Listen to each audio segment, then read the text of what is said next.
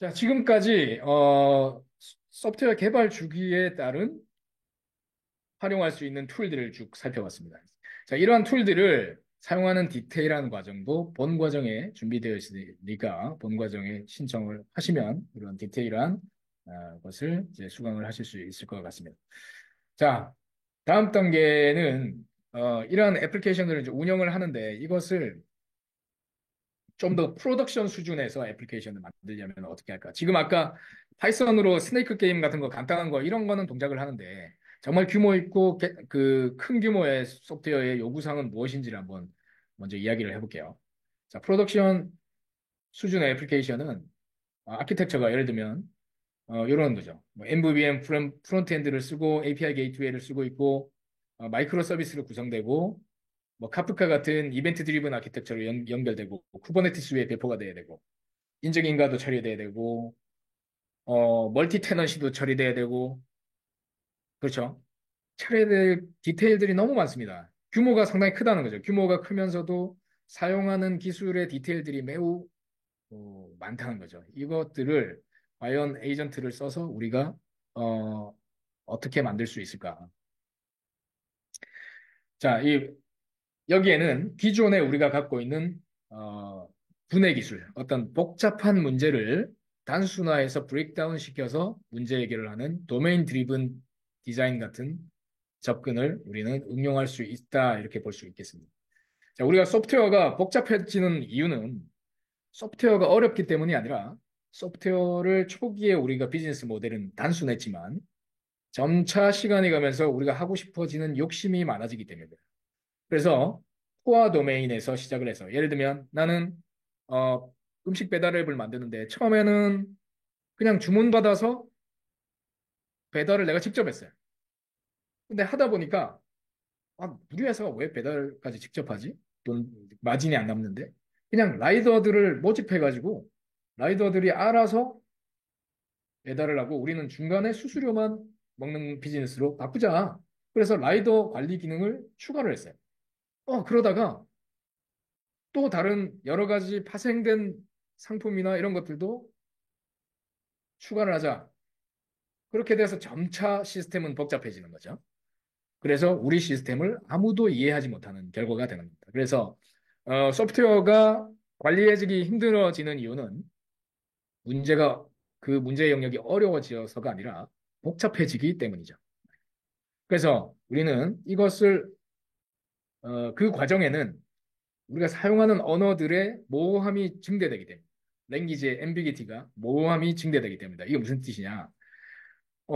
내가 여러 도메인, 그러니까 내 업무 도메인이 하나였으면 심플했는데 그것이 여러 도메인에 걸쳐서 기능이 추가되다 보면 예를 들면 여기 소프트웨어와 건설업에 사용되는 용어가 같은 용어들을 쓰고 있습니다. 프로젝트 아키텍처 디벨로퍼. 각자 동일한 키워드를 쓰지만 그 키워드에 대해서 전혀 다른 시멘틱을 갖고 있다는 거죠. 의미를 갖고 있다. 그런데 이것이 하나의 소스 코드 혹은 하나의 에이전트가 이걸 해석해야 된다면 이 말이 저 말인지 헷갈리는 앰비기티가 생긴다. 사람한테도 생기지만 언어 모델에서는 특히나 더 이 앰비기티가 생기겠죠. 그래서 우리는 소프트웨어를 개발할 때 바운디드 컨텍스트라고 하는 개념을 씁니다. 소프트웨어를 어떻게 쪼개냐면 사용하는 언어 체계에 맞춰서 분리를 시킵니다. 자, 다르게 그냥 쉽게 이야기하면 마이크로 서비스로 쪼갠다는 다고 생각하시면 되겠어요. 완전히 분리된 모듈로 쪼개서 개발을 시킨다는 거죠. 개발 팀도 거기에 얼라인시키고 도메인 전문가도 거기에 얼라인시키고 아예 팀 자체를 그 도메인별로 쪼개서 기존에는 하나의 관점에다가 가능한 정규화시켜서 노멀라이즈 시켜서 이 언어를 여기에도 쓰고 저기에도 쓰게끔만 했지만 이제는 쪼개진 모델에서는 자기만의 관점의 언어 영역, 그러니까 컨텍스트 윈도우. 아까 컨텍스트 윈도우 이야기를 했는데 LLM이 받아들일 수 있는 그 컨텍스트를 나누겠다는 거죠. 사람이 일을 할 때 이렇게 합니다. 그래서 도메인 드리븐 디자인의 핵심은 싱글 모델을 가져가는 게 아니라 사람들이 헷갈리니까 네 업무에 버티컬리 쪼개는 거예요. 그래서 네 업무 영역에만 소스 코드를 주고 DB를 주고 인프라를 줄 테니 그 프로그램 스페이스, 요구사항의 범위와 그 문제 영역을 한정시켜서 고민해라고 하니까 사람들이 일을 잘하더라는 거예요. 코드의 품질이 높아지고 오류가 안 나고. 네. 그 사람만 그렇겠습니까? 기계는 더더욱 그렇겠죠. 그래서 이 도메인 드리븐 디자인과 같은 이런 바운디드 컨텍스트로 우리는 맥락을 한정시키면 우리의 언어가 클리어해지고 만들어내는 소프트웨어 품질이 높아진다.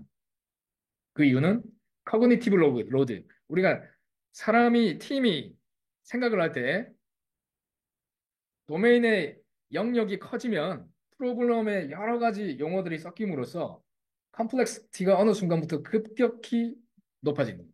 그러면 우리가 나의 퍼포먼스가 반대로 급격하게 떨어지는 거죠. 자, 실제로 GPT 3.5와 GPT 4에 대해서 우리의 문제 영역이 커질 때에 다큐먼트 RAG를 돌렸을 때 다큐먼트가 커질 때에 발생하는 애큐러시의 저하를 측정한 겁니다. 급격히 어느 순간에 급격히 저하되죠. 사람도 똑같죠. 기억력과 정확성, 집중력이 떨어진다. 예를 들어서 우리가 한 일만 시키면 되는데 여러 개를 막 동시에 한다든지 제가 좀 그런데 퍼포먼스가 확 떨어지죠. 그리고 너무 여러 영역에 내가 관심이 많아요. 퍼포먼스가 훅 떨어져요. LLM도 똑같다. 그래서 우리는 앞서 보신 것처럼 전문 영역별로 호리젠털리하게 에이전트를 쪼개서 일을 시킴과 동시에 버티컬리 업무의 전문 영역별로 도메인 드리븐하게 바운디드 컨텍스트로 쪼개주는 기법이 유효할 수 있다. 그래서 기존의 우리의 접근 방법은 싱글 모델에다가 모든 것을 집어넣는 거였어요. 근데 그것을 GPT 엔지니어한테 시키면 GPT 엔지니어가 당황하겠죠. 너무 모호한 표현들 쓰기 때문에 이게 어디에 들어있는지, 여기에서 발생한 오류가 왜 저기에 영향을 미치는지 너무 힘들다.